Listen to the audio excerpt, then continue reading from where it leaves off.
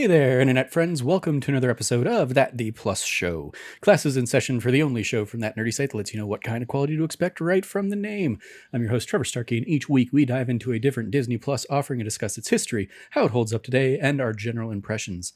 If you like the show, we would love it if you like, subscribe, rate, review, share the podcast with your friends, all that fun stuff. Joining me today, we have Cameron Abbott. How you doing, Cameron? Hey, what's going on, everybody?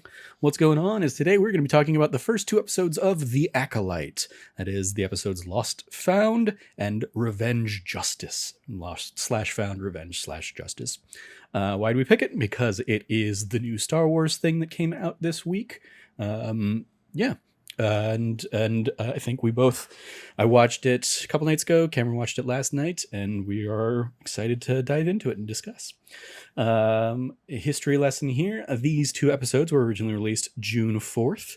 Happy anniversary to my parents on that day, Tuesday this week. And the first season here will be airing between now and July 16th, 2024. These two episodes had a runtime between 38 and 42 minutes. And in the Star Wars TV live-action timeline of things, we had Obi-Wan Kenobi back in May and June of 2022. And we had the first season of Andor, September, November of 2022. And we had The Mandalorian Season 3 last year in March and April 2023, followed by Ahsoka Season 1, August through October last year. Now we have The Acolyte here in June and July. And then somewhere on the docket in the future, currently slated, I believe, TBD 2024, we have Skeleton Crew. And then Andor Season 2 is slated out there sometime, TBD 2025. And Ahsoka Season 2 somewhere out there, TBD. They have not put a year even on that one. But yeah, that's what we've got coming live action TV wise somewhere down the line. Our roll call here, the who's who of the project, the director of both these episodes, as well as the showrunner of The Acolyte as a whole, Leslie Headland. She previously worked on Bachelorette, Sleeping with Other People, the Heathers series, the kind of TV series remake of the classic 80s cult comedy. And then also probably best known for her work as the showrunner of the show Russian Doll.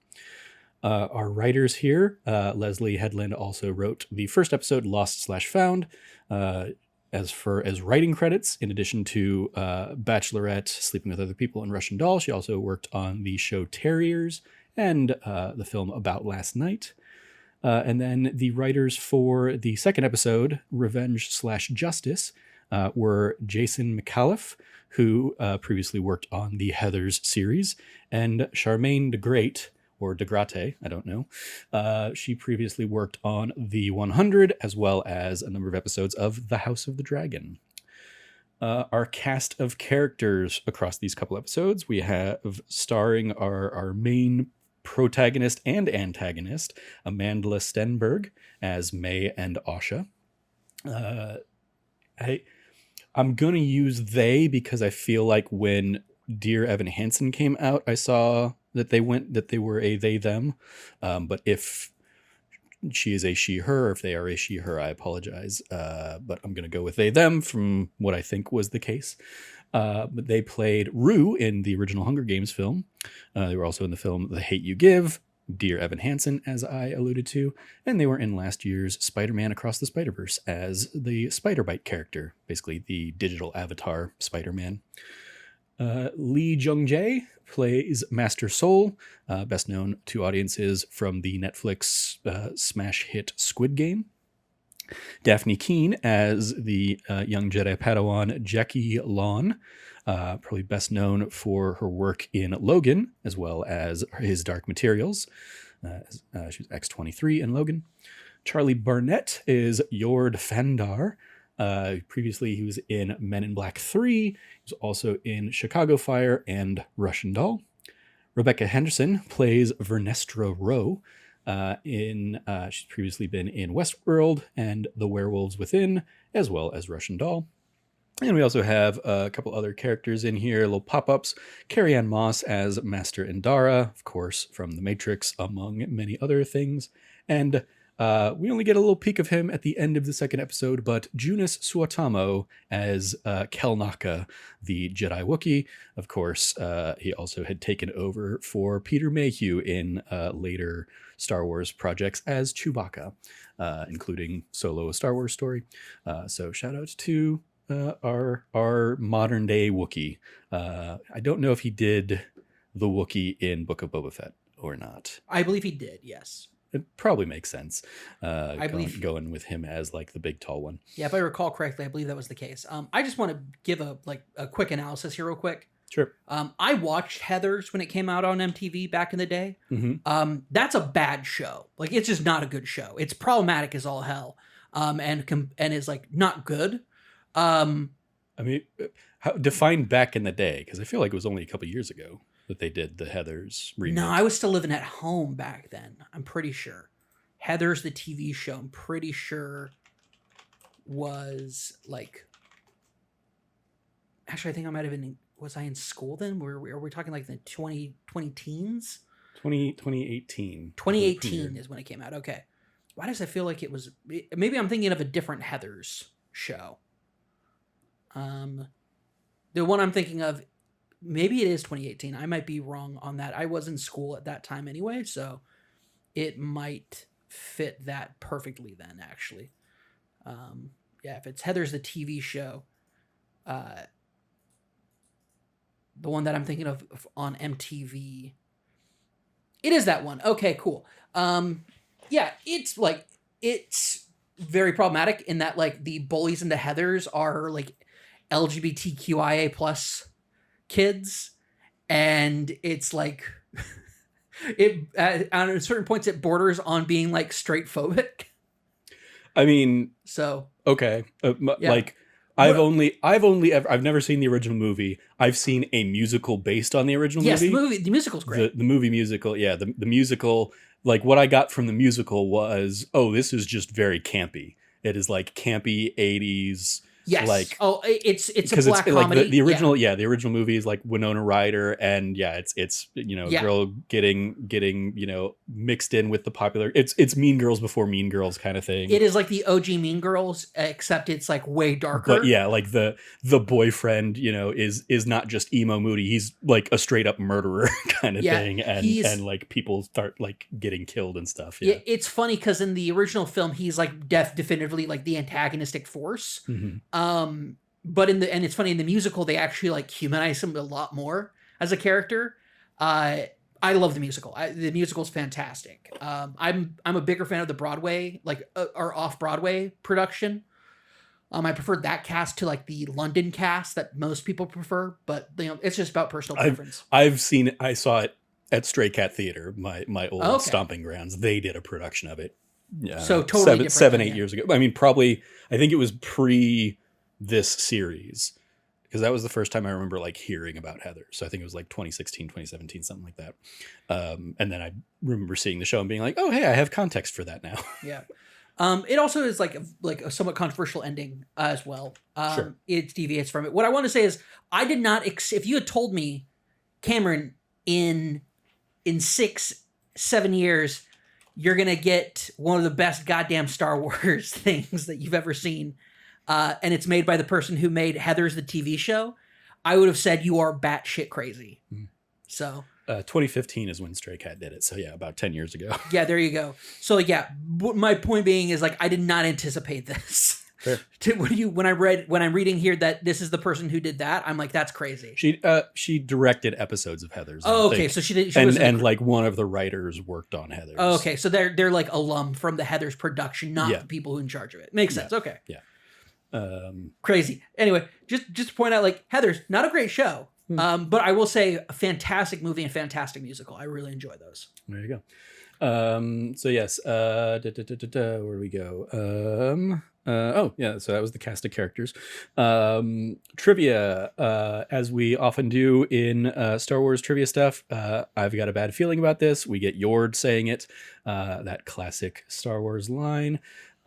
This series takes place about they say it's about 100 years prior to the events of the Phantom Menace, in the final days of the High Republic.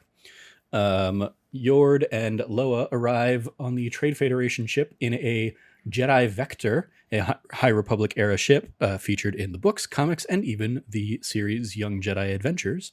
So I wanted to shout that out because you in particular were like, their ships are freaking cool. Yeah. And here's a fun thing I don't think they've shown in the series, and maybe this is a light spoiler if they do show it, but apparently these ships require a lightsaber as a key, ensuring that only Jedi can use them.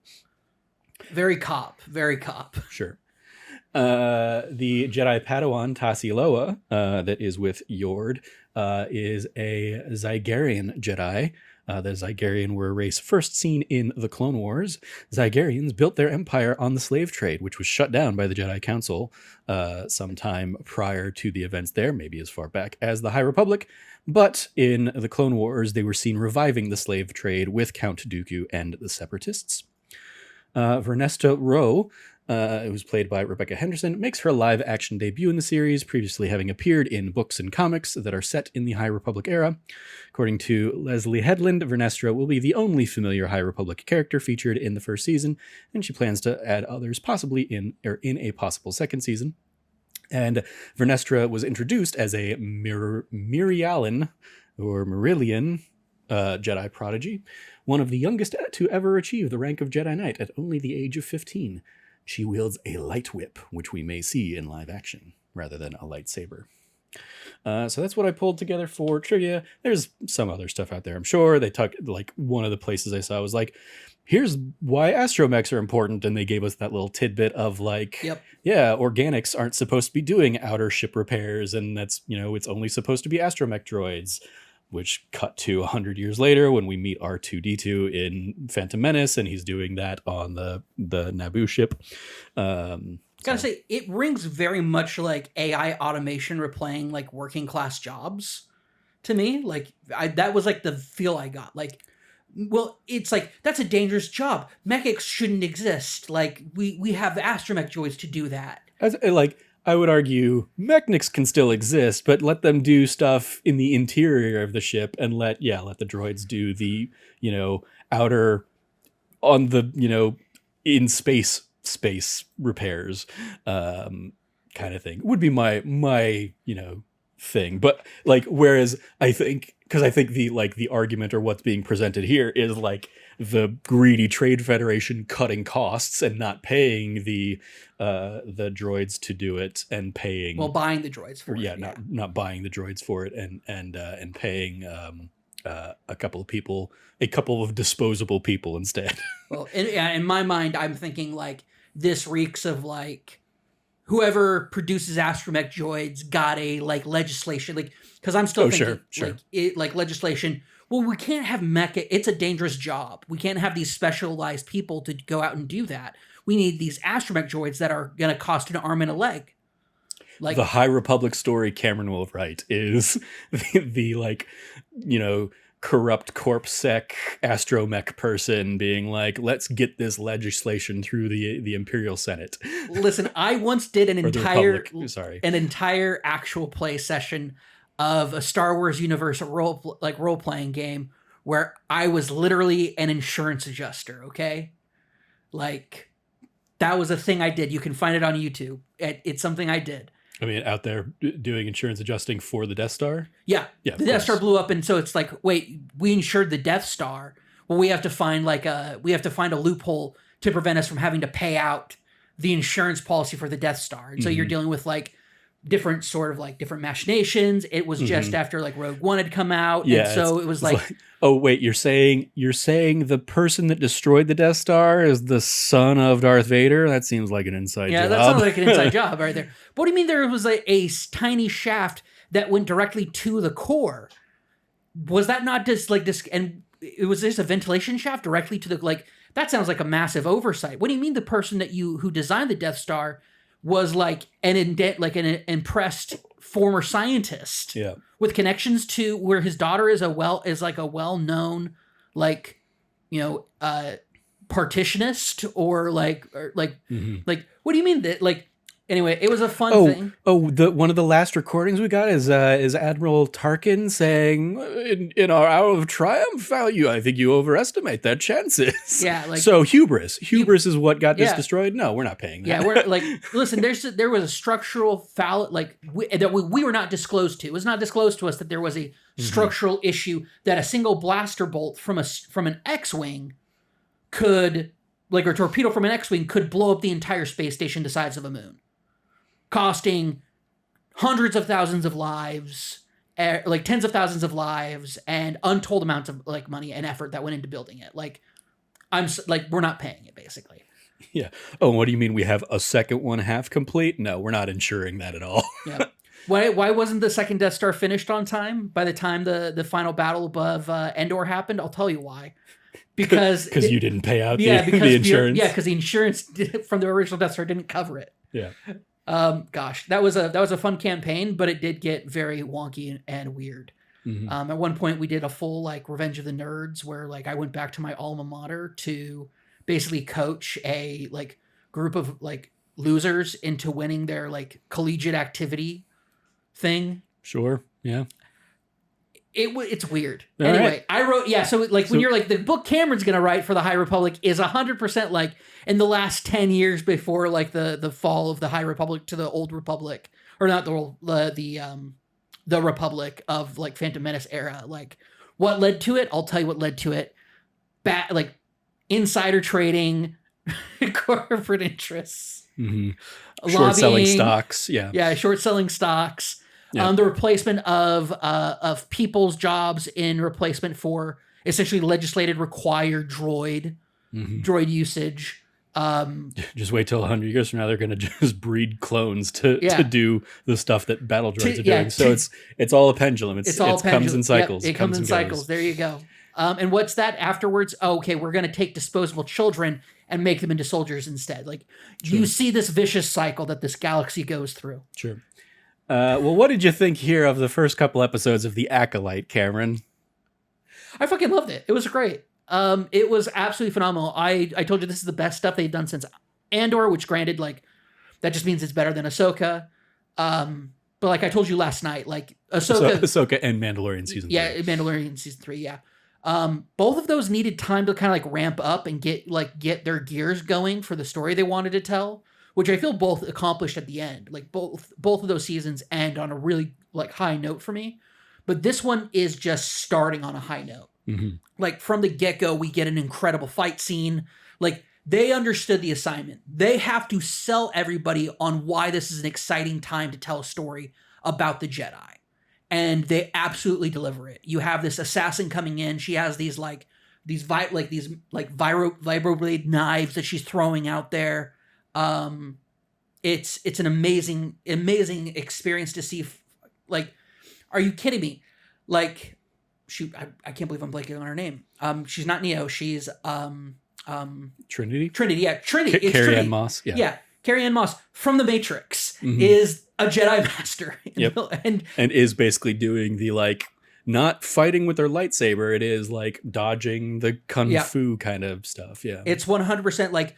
No, these are not Jedi that whip out their lightsaber at a moment's notice. Well, they say like they have that line that I think is it is like a direct parallel to the idea of like Jedi or cops in this era of like Jedi only brandish their weapon, their lightsaber when they mean to kill, kind of thing. Yeah, like you don't draw your weapon from your holster unless you're intending to kill and intending to shoot somebody. It's 100% that aspect of it, and I love how in this fight she's clearly the master, and she's clearly kind of dictating the flow of the fight. Like this is not like some girl's coming in and punking a Jedi.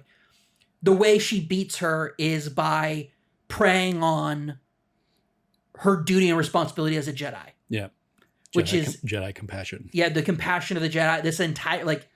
It's so goddamn Sith to do that. It's so goddamn good for that. It's just like that's you said the idea of like we see right from the jump here why this is a fun era to tell a story of the Jedi, and I've seen like clips from the showrunner Leslie Headland basically saying her pitch was let's tell a story from the perspective of the Sith, and doing it in this era where the Sith are all but extinct, all but gone, and so it is kind of this like this mystery of like who are these people that are hunting Jedi, that that are coming out here and assassinating a Jedi master who would have the gall to do that.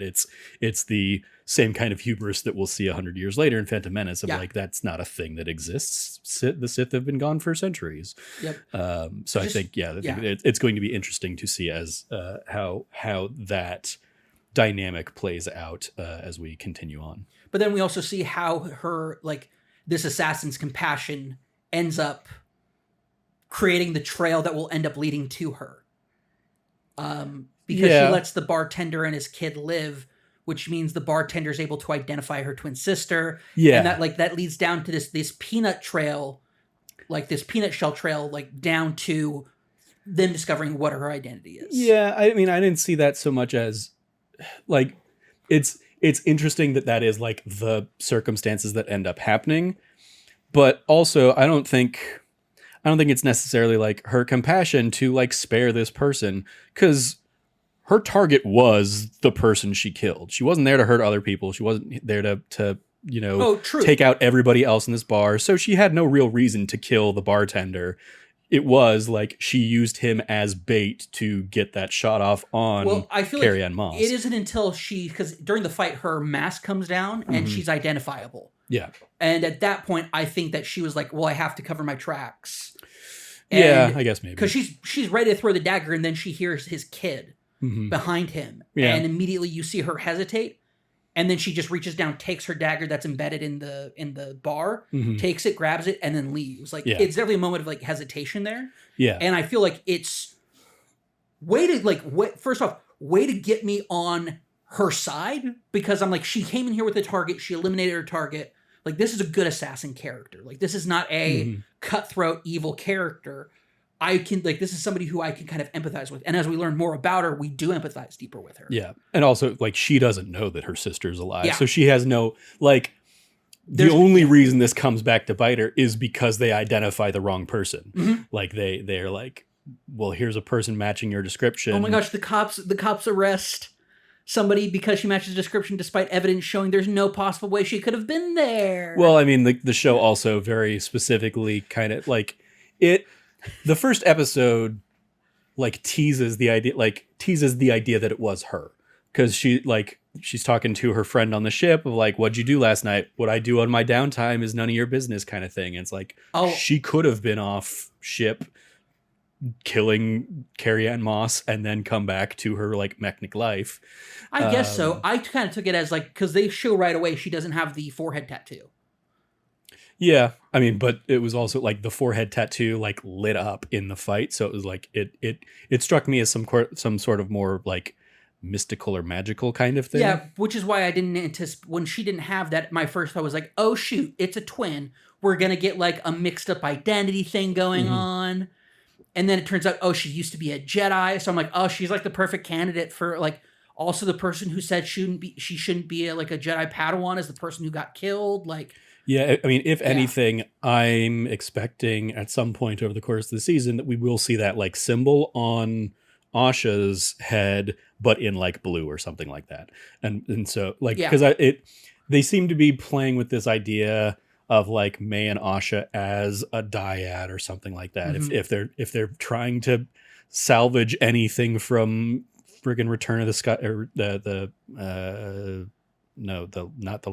of Skywalker. Rise of Skywalker. Thank you. Whatever the bad last one was.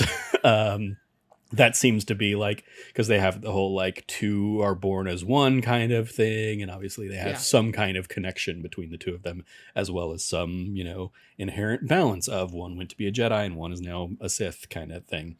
And also shout out to like her master's speech when she's walking up to him on the beach or on the like the cliff edge, and it's like you can't kill a Jedi with lasers or with with lasers or with lasers or steel or whatever he's saying. Like, you have to kill them with you have to kill their ideas. You have to kill their. I'm like immediately I'm getting like chills. I'm like, this guy, like, yes, this is it. This is 100% like the kind of Sith I've been waiting to see in a like not Palpatine sort of thing. Like we got Kylo Ren kind of being a wannabe cosplay Sith, so to speak. Like definitely a powerful Force user. I'm not discrediting him for that, but he was not really following any tenets or codes or philosophy. Whereas this guy clearly is like imparting some philosophical point. Mm-hmm. And it reminds me of, it actually just came up as a TikTok again, is the way that Sam Witwer and Dave Filoni got the non-canon Sith code from the Old Republic video games into the proper canon. Yeah, I was just gonna pull that up actually, or because they, when May is talking to her like poisoner friend, they say like "peace is a lie." Yep. Which is the first line of the Jedi or the Sith code. Yep. Peace is a lie. There is only passion. Through passion, I gain strength. Through strength, I gain power. Through power, I gain victory. Through victory, my chains are broken. The Force shall free me. That's the whole. That like shout out to Sam Witwer and Dave Filoni for conspiring to like slide that in there during like just a Clone Wars episode, or maybe that was a Rebels episode. Shout out to them for doing that. It's brilliant. It was awesome seeing it get brought in, and it's great to see that legacy continue through. And we're getting that now here, and we're getting that whole like "peace is a lie." Like, I love her poisoner friend too, who, if I remember correctly, he's from freaking like The Good Place. He's John Yu the monk in The Good Place. I will take your word for it. I've not seen it, and I didn't pull him in as a credit. Let me see if I can find him, find out who he was. Not in this episode, apparently. Or no, yeah, Kamir, Manny Jacinto. Yeah, The Good Place. Yep. He's awesome as an actor. Getting to see him do this role, it's like, I'm like, where have I seen this guy before? And it's like, hearing him like speak philosophically is funny because of, if you haven't seen The Good Place, I'm not going to ruin it for you. It's fantastic. Everybody should watch it. It is, he like, getting to see him speak philosophically is fun. Just because like the circumstances of the character from The Good Place, but it's also great to see him one working and two being in Star Wars. That's so awesome for him. And he's playing such a cool character. This idea of him, he's a poisoner, but he's also something of an agent within this like whole Acolyte system. I'm loving that this is like a like drop shadow network where like it kind of mentions like he was brought in by the Hutts, and that's kind of how he got into. I feel like that's like his cover though. Sure. Yeah, I think that, and this is the whole thing, is like Soul reveals when he's peering through May's mind. He goes, even if you wanted to, you couldn't tell me who your master is. Yeah. Like, whatever is going on, this network, it reminds me a lot of Skarsgård's character from Andor. This idea of like this shadow network of like, there's no like major points that could directly back to whoever is the mastermind behind it. Like this idea, like we have this going, we only have a few clues. It feels really spy-esque. And it's fun. And I love that. I mean, for me, it was more, I read it more as even the, like, because we had seen her previously with the master who was giving that speech that you called out earlier. And I got it. The vibe I got was like, she knows him as, her master, and she's his apprentice or acolyte or whatever.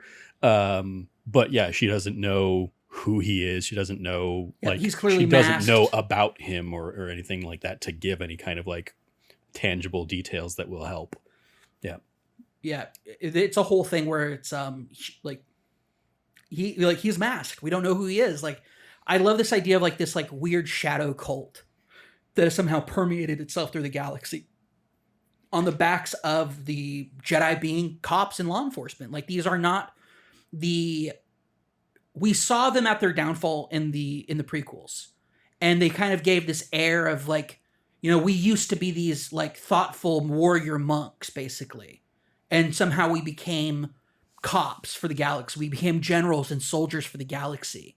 And then we're kind of seeing them at the quote unquote, the height of their power, the height of their influence in the High Republic.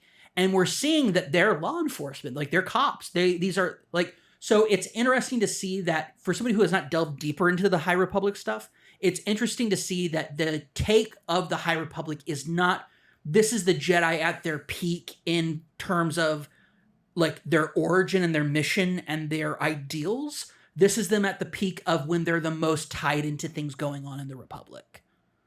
This is where they are. This is when they are cops. This is when they are authority figures. They have They're stationed. They were Yeah. they were managing an outpost on these outer worlds and stuff like Yep. that. And that's the whole thing that has kicked all this stuff off. Is May is on a quest for vengeance against the 4 Jedi that did something back in the day that seemingly led her to light a fire on and kill her family, I guess, or whatever. Yeah. It'll be interesting to see, because obviously they'll be playing around with flashbacks, and we'll probably see more and more, learn more details of like what happened that night, and because we get the monk who's taken the Barash vow, I think, or something like that. It's like a vow of silence. Like it's a vow of non-interaction. Like basically he's cut himself off from the rest of the world. Yeah. You don't take any food or drink, and you don't communicate with anybody. You just sit and meditate for forever. And apparently that means as you meditate, you float and you create like a impenetrable force field around you. Yeah. Which that was a cool like sequence. So cool to see somebody, like, once again, we're getting like, this kind of ties back, not once again, sorry. This is the first time I'm bringing it up. This ties back into this idea of like true powerful force users don't need lightsabers. The force is their ally. You have that entire, like, the whole thing about like Yoda, and like Yoda doesn't need a lightsaber because he's the most powerful force user. Like this idea of that. And so getting that kind of like tied into this, like he's not, like, she can't harm him. And then when she's talking to her poison agent, they break down and they're thinking and they're postulating and they're like, how do we get to this guy? And it's like, well, if he's taken this vow, like You give him the atonement that he wants. you give him his opportunity to make things right, and absolution. That's what he says. Yeah. Give him absolution. Like, forgive him if he takes his own life. Like, give him the opportunity to take his own life, and you give him forgiveness, and that will be the trade. And it's so goddamn cool. That entire build up, the planning, the sequence, the execution of it, everything's so fucking cool. May and Asha. May and Asha have easily become like some of my favorite Star Wars characters in just 2 episodes. I immediately, like, I loved Asha there during the scene where she's like reaching out, trying to tap into the Force and just can't. Mm-hmm. And it's like, yep, that fits. Okay. We're not getting any like Cal Kestis, like, I'm going to do a Force thing to save somebody in the middle of pretending to be a normal person. She is a normal person for all intents and purposes. Now, granted, she has a vision, the dyad thing, the whole like twinning thing. Yeah, it's she's been cut off from the Force for so long and just does it. Like I like the comparison to Cal. I think like Cal, it was like, it's as much like he wasn't trying to save his own skin like she is. He was trying to save someone else, and that's what allowed him to like tap back into the Force in the beginning of Jedi Fallen Order. Whereas this, it is like she is struggling to do it to save herself, and just can't connect. It's not a strong enough connection to the Force to bring her back into it. I wouldn't be surprised if we see her reconnect with the Force at some point. I'm guaranteed it's going to happen. I think it'll happen. I think it'll be great. I'm really much looking forward to it. Like, we can really break down all these characters. There's not a character I don't love. There's not a character I'm not stoked by or I'm not interested by. I feel like we have been getting just such really, really cool characters. The casting on this show is fucking phenomenal. Like, it is just top tier. I'm loving every single actor. I'm loving every single thing. Lee Jong-jae as Master Soul is brilliant. Like, it's a brilliant set of casting. I remember seeing a promo thing saying she's like, yeah, I was writing The Acolyte when Squid Games was on. And I watched him in Squid Games, and I was like, and he immediately became like my only vision of who I saw as Master Soul. And I'm like, So good. I don't know if you saw another trivia thing, I guess, is like he basically like has learned enough English to do this role. I didn't Like, know that. yeah, he is still very much like South Korean, like, and does not speak English particularly fluently, but he learned like his lines and he learned enough to kind of step in. You and never do would this. know. You would never know. He's so good. Yeah. He's so good. Oh my God. That's amazing. Yeah, he has immediate chemistry with everybody he meets and talks to. His character, I think the comparisons I saw people making was like they're comparing him to like Qui-Gon Jinn. He has said in interviews he's basing his performance off of Qui-Gon Jinn. That's first off, that's awesome. Because immediately, yeah, you get somebody who's like disillusioned with like what's going on with the Order. Which you love to see. You love to see these people who are like, I believe in the message and I believe in the theory and like the belief that the Jedi are supposed to have, but like the existence and execution of the Jedi Order is not in a good place. We immediately have like what's her name show up and basically be like, if it came out that a former Padawan murdered a Jedi Master, it wouldn't look good for the Jedi Order. And immediately it's just like, oh my gosh, like dirtbag politics, like God, I'm loving this. I'm reveling in this era of the Jedi and the High Republic and like the skeeviness and like the like these are, by the time we get to the prequels, the Jedi have now they're core part of the Republic, but they're not involved in like major political affairs except at the request of the Senate. Mm-hmm, yeah. And here we're getting a very politically active Jedi Order. Yeah, this order is out, like we said, they're out in the outer worlds. They're on planets. They have outposts set up elsewhere, whereas by the time we get to the prequels, it is very much like they've closed most of those down and they are pretty much confined to Coruscant, and they've got their like base of operations. They, occasionally, or they have their wanderers that are out there, but like they are much more a centralized organization 100 years from now versus, yeah, again, like we go to a couple outposts here. Dude, they have a straight up like police station on one of these planets. Yeah. It's bonkers. It's crazy. It's cool to see this, and I can totally see how like some fans of Star Wars are gonna be like, oh my gosh, this is the coolest time for the Jedi. They were basically cops. And for me, but especially me, it's just like, this is the worst time for the Jedi. They're basically cops. So it's like, it's got something for everybody. It's the same thing, but it's something different the way that we're all interacting with it. And one of the great things about Star Wars is I remember James Cameron and George Lucas talking about Star Wars and basically being like, yeah, the Rebel Alliance, the Ewoks, based off of like the Viet Cong fighters. And it's like, oh, wow, yeah, this has always been like a counterpoint to like Western imperialism and colonialization. And yeah. I mean, yeah, it's Star Wars is at its best when it is speaking to the politics of the day. Yep. Even, the things it was or that Lucas was saying with the prequels was very much, against the Iraq War and stuff like that. Yeah. Letting yourself get swept up in circumstances to lead you to a major like galactic conflict. Yep. And that's what resonated so strongly with Andor was like 100%. the rebelling against, fascist forces and whatnot. This is more of that. This is more of like that good shit.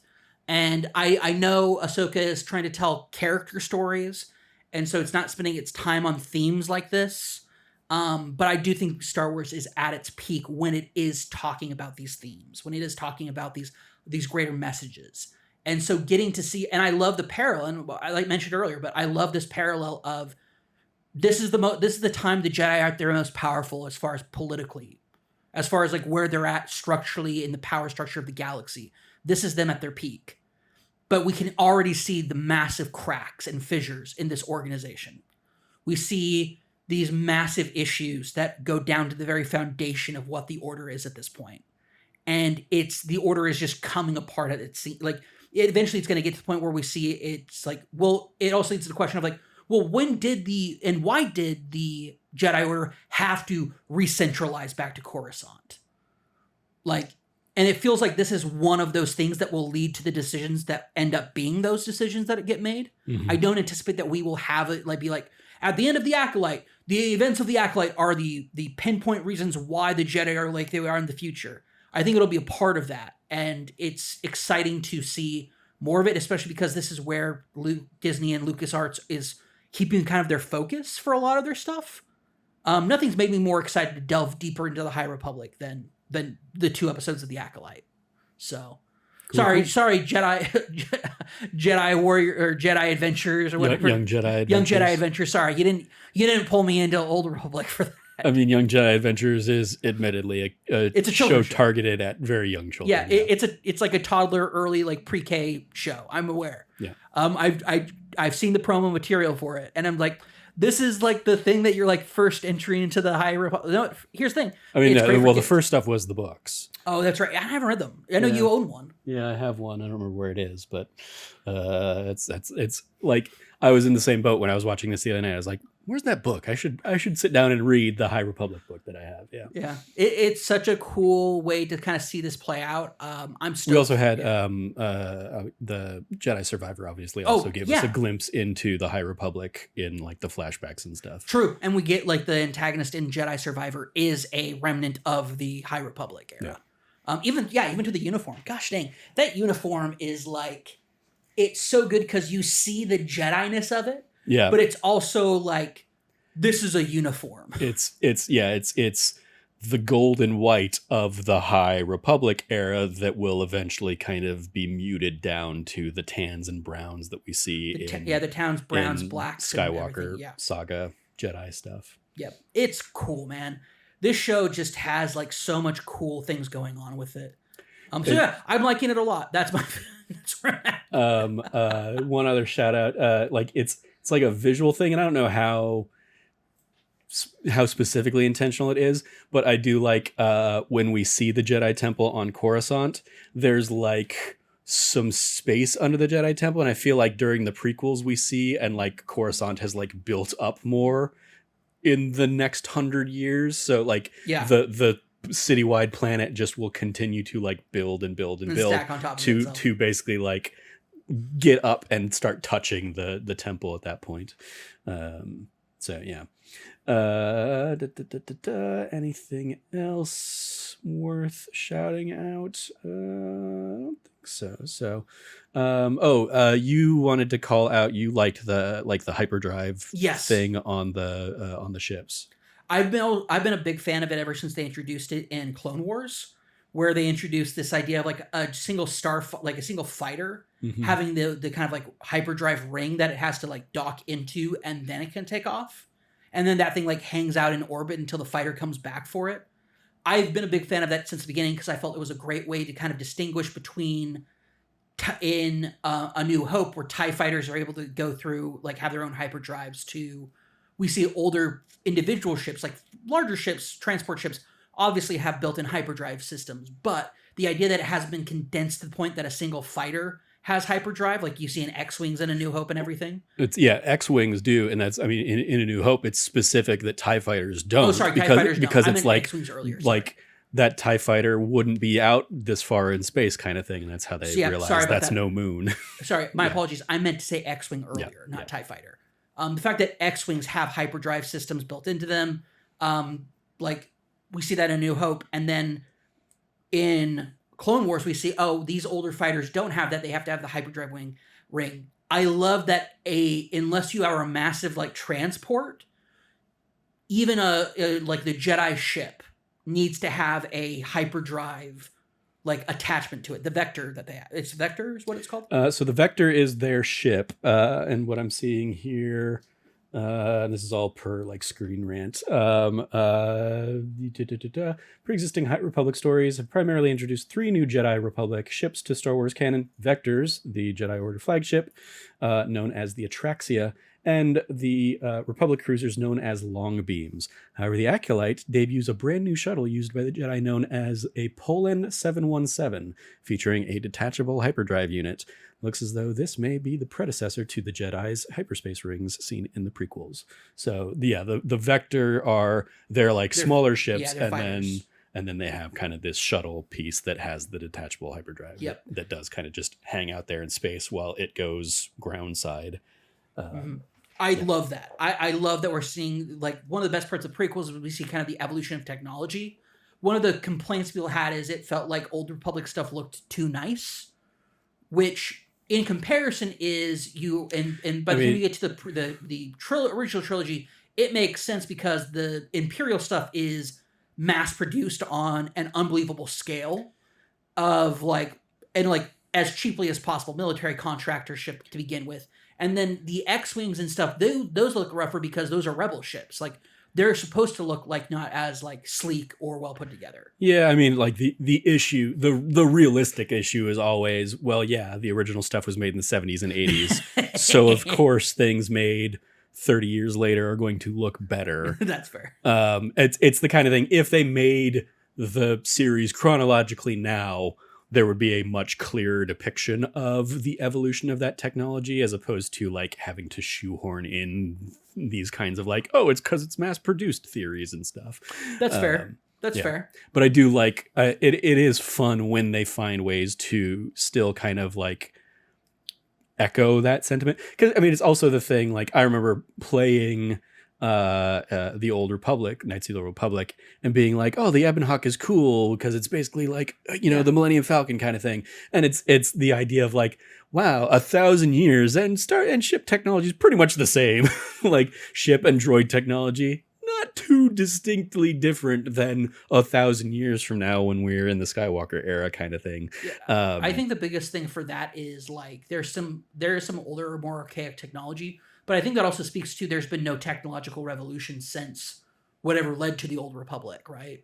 Like, if you don't have anything spurring that innovation, so instead we're seeing the law of the law of compression, where it's like things will inevitably get smaller and more compact. So instead of seeing like, you know, the Ebon Hawk, oh yeah, the Ebon Hawk's like a precursor to what will end up becoming the Millennium Falcon. Sure, but the Millennium Falcon's a much more advanced ship than the Ebon Hawk. But yeah, no, I think you're right. Like, it does speak to like that, like, yeah, 30 years later, we designed a really cool ship, but technically it's 1,000 years older. Yeah. And I mean, like, even, I guess, especially because they've like made HK droids a modern thing too. It's like HK-47 versus like the HK droids of now. It's like, wow, that model has been going for 1,000 years at least. So shout out to assassin droids. Same thing with astromech droids. The idea that they're introducing in the Acolyte that this is when astromech droids are now the required like standard thing speaks to like a whole thing about like, why wasn't that the thing beforehand? Like, well, I mean, it's also I don't know if it's, I mean, they're not really specifying that it's like a new law so much as it is law. Why are you trying to skirt the law kind of thing?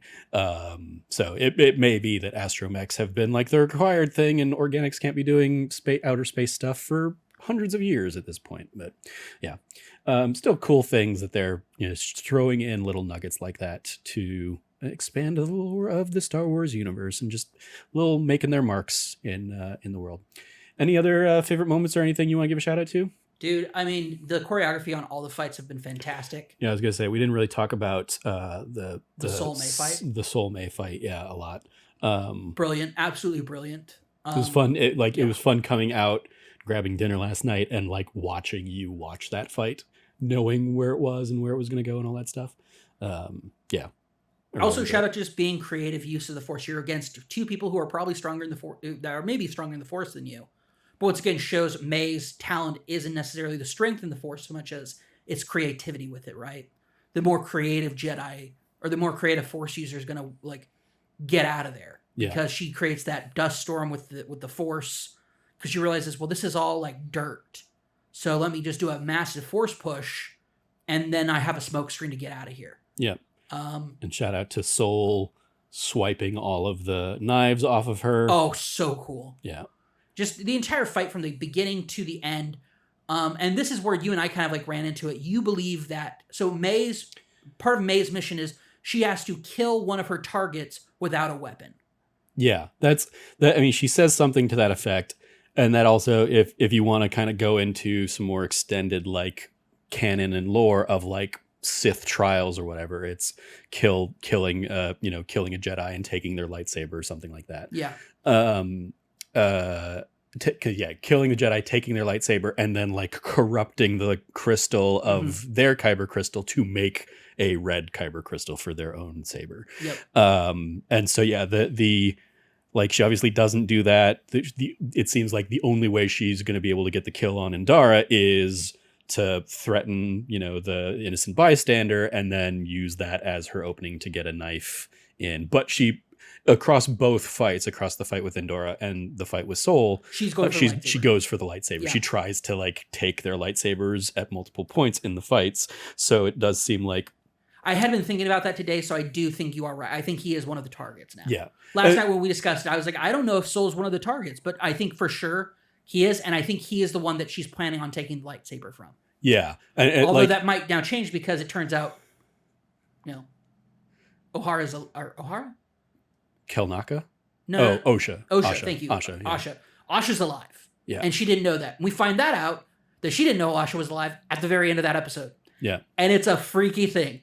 Because you're like, oh, wait, she didn't know she was alive. Yeah.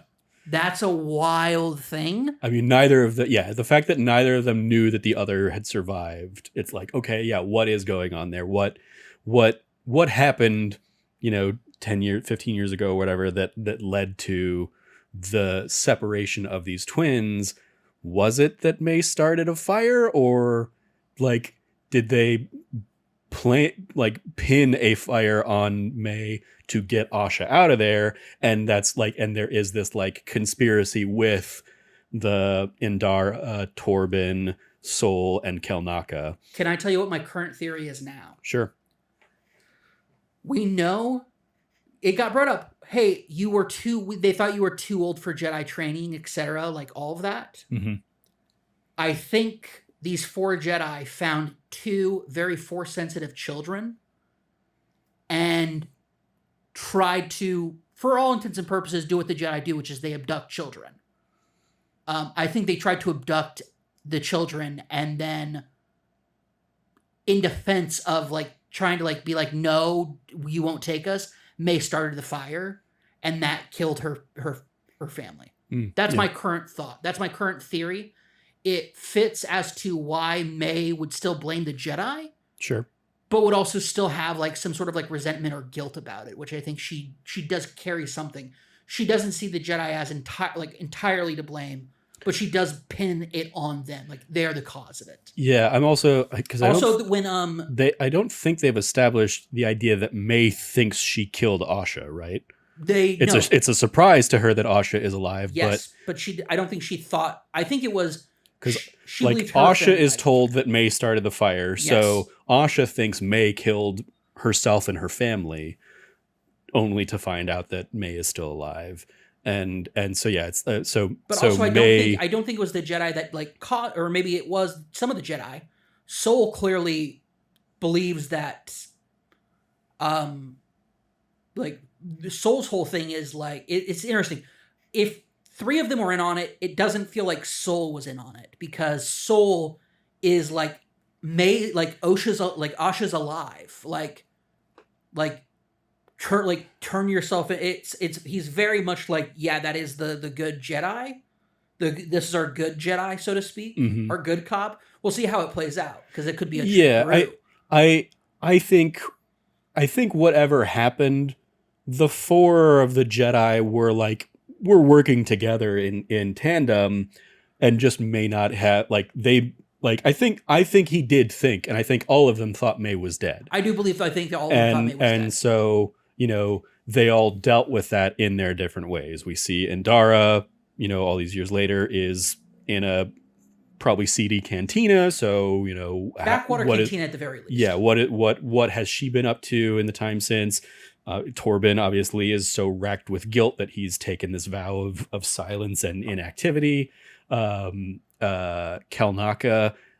the Wookiee, maybe in self-imposed exile, because he's clearly out on his own, and seems like his ship's been down for quite a while. It looks like he scuttled his own ship and built a home out of it. Yeah, and so and Soul took and went back with Asha and tried to basically like train Asha as like tried to make the best out of a bad situation. Yeah, and I feel like he failed in that, and then she left the order. Yeah. And it feels like, well, she left the order, and so now he's decided that he's going to spend his time teaching younglings. Yeah, I think like I think like him being the good Jedi could be an interesting like twist.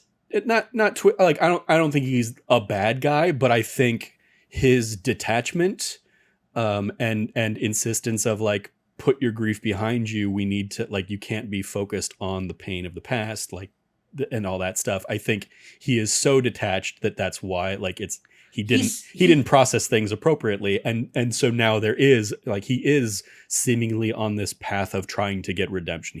He's trying to save May because he couldn't save her all those years ago or something. It's like that. also it's interesting. So he's not like practicing what he preaches. Well, basically, he definitely doesn't practice what he preaches because his Padawan calls like or one of the Padawans calls him out on saying, "Can I ask like you have permission to speak freely?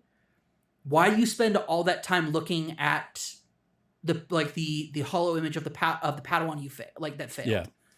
Why do you keep looking?" And it's like this was much more than just a Padawan. This was this is a parent-child relationship. Yeah, and it definitely comes across that way.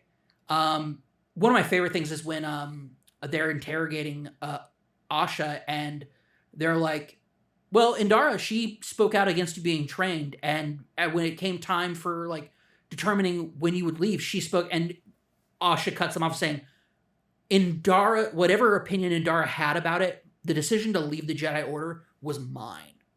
Like, I own that." And I love how Asha admits openly, like, I couldn't leave my grief behind, so I left the Jedi. Like, you said I had to detach from it. I couldn't, so I left. Yeah. Like, that's one of the things I'm loving about her character is that she acknowledges she has these hangups. She has this, like, this trauma, and she's living with it and dealing with it.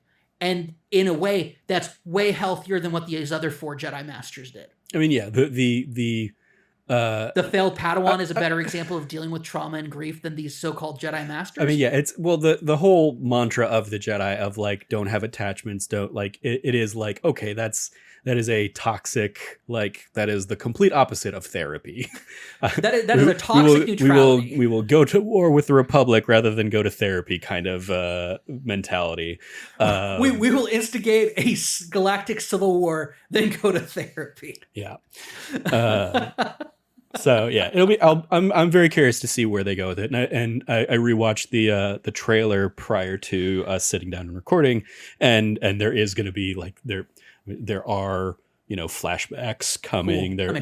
There are scenes of Carrie Ann Moss will still be in more of it. Cool. A younger version of Torben will be seen, kind of stuff. So yeah, we'll see stuff from kind of the past and how more and more of these characters were intertwined. Because yeah, it was very much like what a weird ass thing to bring in Carrie Ann Moss for, right? For just like one fight scene and boom, she's done. Listen, cool fight scene. Amazing fight scene establishes her character extremely well in this moment. Yeah. Like Carrie Ann Moss. What a waste. Yeah, what a waste. Yeah. So I'm glad we're getting more of her. Yeah. But also if you were told me, yeah, no, that's all we're getting of her, I'm like, you know what? Cool.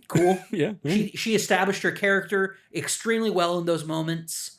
Also when she pulls out her lightsaber and it's like, it feels like a cop drawing their gun. And it's like, shit, like these are space cops. Like, I'm loving it. I'm loving the Acolyte so goddamn much. I do like, I mean, like yes, that is like the analog that I absolutely think they're going for. But it is like, it's still not aggressive. Like no. She doesn't go on the offensive when she pulls out the lightsaber. She just uses it more as another tool to defend against. Absolutely. Yeah. To defend against the knives flying at her and stuff. Yeah. So yeah, she's using it to basically disable the knives. The knives are probably like this is High Republic 100 years before, so these are probably vibroblades. Yeah. And so like the vibroblades are hitting lightsaber, they're gonna melt. Like we see them melt. So yeah. Yep. All right. Cool. So report card, grading it from A+ to F. What do you want to give the first couple episodes here of The Acolyte, Cameron? A+. A+. They have just absolutely delivered on everything.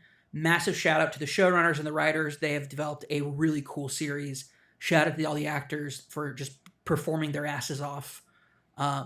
Like unbelievable performances for a show that I was kind of like meh walking into. Completely blew my mind with how good it's been. And yeah, definitely. It is a shame because I feel like it is absolutely going to go the way of like Andor, where it's like this will be one of the least watched shows because it doesn't have, you know, recognizable characters or whatever, and people are burnt out on Disney Plus Star Wars stuff, I think, after Book of Boba Fett and Mandalorian season 3 and stuff. So hopefully, yeah, it has, you know, it gets some good legs and has some sort of audience buildup. But it'll be interesting to see what we get from it. I'll give it an A+2. And in particular, I wanted to give one more shout out to the like very clear like fugitive like homage of like Asha there at the cliff and almost having that like, I didn't kill them, I don't care, but in this case being like, I didn't kill him, but May's alive.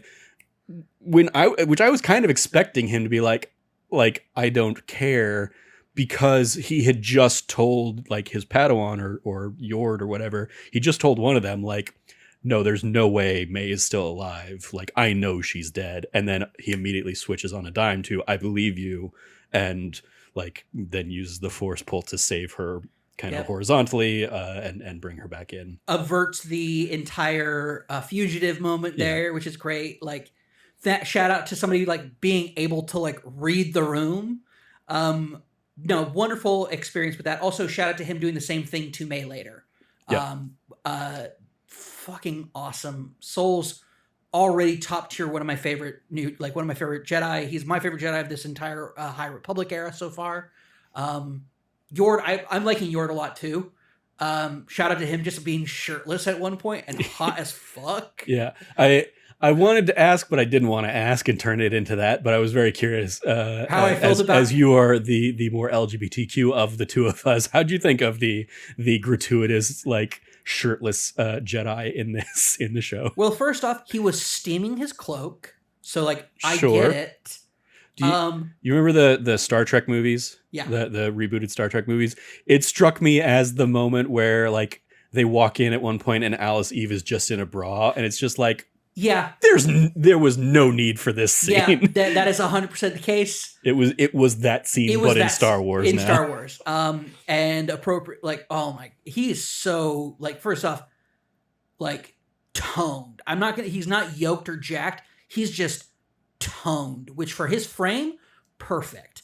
Also, he's just really hot. He has like hot, I'm in my 30s vibe going on. Like I'm in my early 30s type of feel. Like I'm an adult, but at the same time, I still got some fun left in me. Like I'm getting those feels on that, and also definitely like some tension between him and Asha for sure. Yeah. Did they? He says. Does he say you just made Master? No, he's just a Jedi Knight. He made Knight 2 years ago. He says. There you go. Okay. He brings up she goes, you're like a Knight. He goes, I made Knight 2 years ago.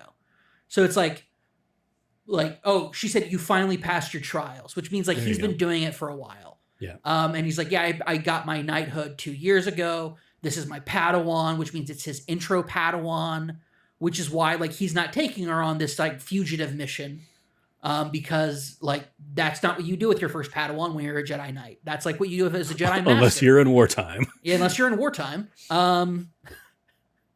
Yeah. Speaks to the Anakin Ahsoka relationship. Yeah, it speaks to like how that happened in the era that it happened. Gosh, yeah, no, I just freaking loved all the casting is absolutely perfect. I mentioned that earlier, but the casting is unbelievably perfect. I cannot emphasize enough how much I'm loving these characters. And shout out to acting with yourself, because that moment at the end of episode 2 is heartbreaking. Yeah, I'm very curious, and that is an element of this that I'll be interested, especially because for the young May and young Asha, they are two different actresses. Whereas Amanda Stenberg is playing both of the adult May and Asha roles, and as the show continues on, I will be very curious to see how that plays out when and if they interact together in scenes and whatnot. I will also say, shout out to them being like, hey, I'm gonna be pretending to I'm acting as Asha pretending to be May. Yeah. Which is a brilliant choice to do that with. It's the correct choice, I believe, but it's a brilliant choice because all of a sudden you have this awkwardness about her. Mm-hmm. And so it's not like, oh, all of a sudden I'm pretending to be May in this moment. I thought it was like, I mean, strategically, it's like, yeah, that would make sense if you knew anything about this sister that you didn't just find out still lives. Like, it's like, no, you would never do that because you have no idea how to play this character. You're just the look, but if you're trying to get information out of this person, you're gonna need a little bit to go on. Well, yeah. And I think they nail that. I think that comes across because it turns out he's kind of a doofus. So. Well, I very much appreciated that he saw through it pretty quickly. Of like, when he looks, wow, you're just like her. Yeah. Yeah. Brilliant moment of like acting at that part because it's like, oh, I know what's going on here. Yeah. Because I mean, like it's ultimately him realizing that because he like since May thinks Asha is dead, he also thinks Asha is dead, and they've probably talked about her dead sister kind of thing. So the fact that like that he puts it together pretty quickly gives us a little bit of insight to his mind and that he's not the doofus that maybe he kind of came across as initially. Well, when he's talking to May and he says, and he starts speaking philosophically. Yeah, while making the poison.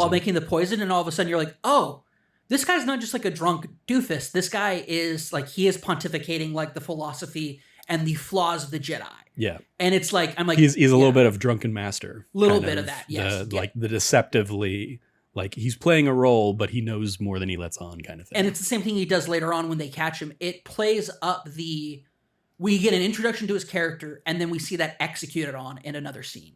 And it's like just the consistency of these things is fantastic. Also shout out to like some like, fat representation in the Jedi. The Jedi at their height of their hubris and power. They have a chunky boy Jedi. Shout out to that. When I saw him, I was like, oh man, they're like, sure. He had to be a cop though, right? It had to be during the cop era. Like, what's next? He's gonna go out and get some like Coruscantan sphere cakes or something. Like, sure. All right. They're from Coruscant because they have a hole. There you go. Yeah. Extra credit, other suggestions if you like this. Disney Plus is recommending Ahsoka, Andor, The Mandalorian, The Book of Boba Fett, A New Hope, Tales of the Empire, Empire Strikes Back, and The Bad Batch. Extracurriculars, you watching anything else on Disney Plus, Cam? We both watched the Dot and Bubble episode of Doctor Who. Yep. Looking forward to this week's episode. So. Yeah, this week's episode is Rogue, the Bridgerton-esque episode, which is also, I believe, I think it's the penultimate episode. I think there's only one more after this one. I believe so, yeah. Maybe there's 2. I don't know. There's like 8 episodes plus the Church on Ruby Road, and so I've lost track of where we're at now. This would be 5? We had Space Babies, we had Devil's Cord, we had... Boom, the Stephen Moffat one. Then we had last week's 73 Yards. And we had this week's This week's Dot and Bubble. So yeah. So we have 3 more left. Yep. Cool. Rogue and then 2 more. 2 more after. Great. Which I think it might be like a 2-part finale kind of thing. So sounds good to me. That might be what I'm thinking about. But yeah. Interesting episode there, Dot and Bubble. Look forward to chatting about it when we do our like full season wrap up stuff. I also sat down and we'll probably end up actually just making this into next week's episode. But I sat down and watched Inside Out because Inside Out 2 is coming up, I believe next week. So yeah, it was a fun extra thing I threw on this weekend or over the last few days to just kind of like get my head back in that mind space. So cool. Well, that is going to do it for this week's episode of That D Plus Show. Thank you, Cam, for joining me to chat about the first couple episodes of The Acolyte here. You can follow Cameron at Rev Cabot, 2 B's and 2 T's. Anything you want to give a shout out to there, Cam? Yeah, obviously give a massive shout out to everybody who's going to be at SGF this upcoming week. We'll obviously be talking about like our thoughts on the shows and showcases on this upcoming That Nerdy Site show. As well as like what we've been playing. So keep an eye out for that. That'll come out on Monday next week. So yeah. Cool. Yeah. You follow me at Trevor J. Starkey. Yeah, we didn't have a That Nerdy Site show this past week because I was out sick. But yeah, we should be back next week. No issues. If you like that, you can follow all of us over at thatnerdysite.com. If you like what you heard, please remember to like, rate, review, subscribe, share the podcast with your friends, all that fun stuff. Thank you for joining us. Again, as always, stay nerdy, be good to each other, class dismissed, and may the force be with you. And also with you.